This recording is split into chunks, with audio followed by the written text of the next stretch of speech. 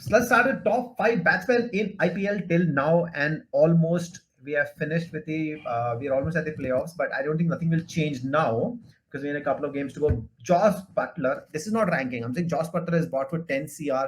He made 625 and 150 strike rate. I think he's doing very very neat. Warner was a steal for 6.25 CR. He has made 427 runs and 153 strike rate because last year's strike rate was just completely smashed up, right? And also, we need to realize that he's only played 10 matches. He missed the first two matches. Then I have Liam Livingstone, who was a pretty pricey bought for 11.2, 11.5, but he is an all rounder. He's made 385 runs. It seems slightly less, but at striking at 181, and I think he's won them three matches at least. So, which is, if you win a team 2 to 4 matches, you are right up there. Then there's Miller. Miller, I think, has won three matches and he's collaborated in another two as well. So Miller was bought for 3 CR. This is an extreme steal.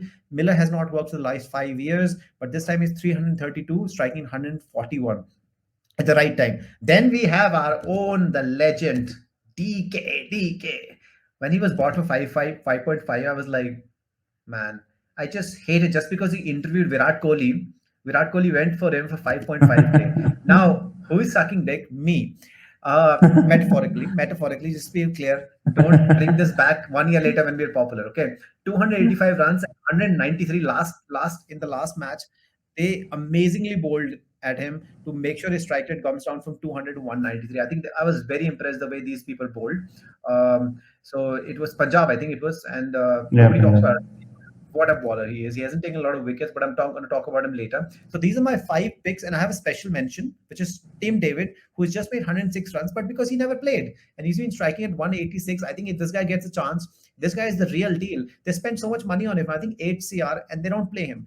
By the way, people might notice I have a hard drop, and I also want your opinion on this. My hard drop is KL. He's made 2 centuries, he's made 3 runs, he's made 459 runs, striking very good, 140, but I just felt that it's not matching the his runs are not matching the match winning performances and the amount of money this guy has been paid side, which is ridiculous, right? 16 CR or something. So yeah, that's my pick for the Super 8 batsman. Bikram, over to you. Please tell me if you have somebody else as well. Please don't have Ishan in your list. I just add Tilak Verma because I think he has been very good. Unknown face. No one. What was he bought for? 1.7. Oh, 1.7. 1.7 yeah, but pretty neat, right? It's cheap. It's cheap because considering how Mumbai has gone, he has played really well. He won a couple of matches for Mumbai also, and Mumbai only won a couple of matches.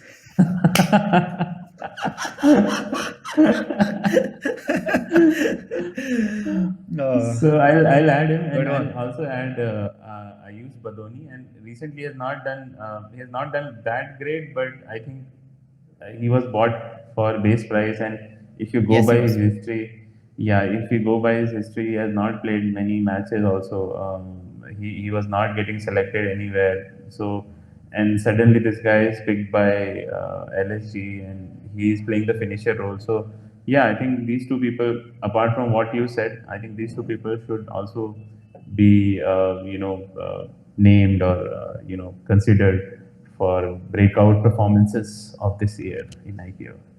All right, fair enough. So I am just thinking, for me, I think there's a very big fight. I mean, see, it might seem ridiculous to say like somebody has been better than Josh Buttler, but recently, which you would agree, that Buttler slightly lost that edge, right, in the last 2-3 games, right?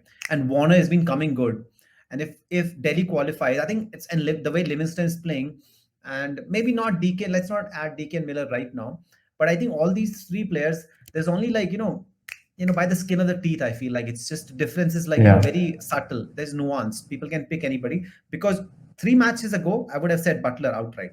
But right now, because Buttler hasn't done very well in the last few games, and also it's like as you said, like psychologically, it's not feeling like he's right in the same zone. And Warner, Livingstone, they seem to be in the zone, and I like it. And when you're in the zone, somehow the luck also starts favoring you. So I feel like it's pretty, neck and neck. So I don't feel Buttler is like outstandingly the best batsman, even if his scores show that.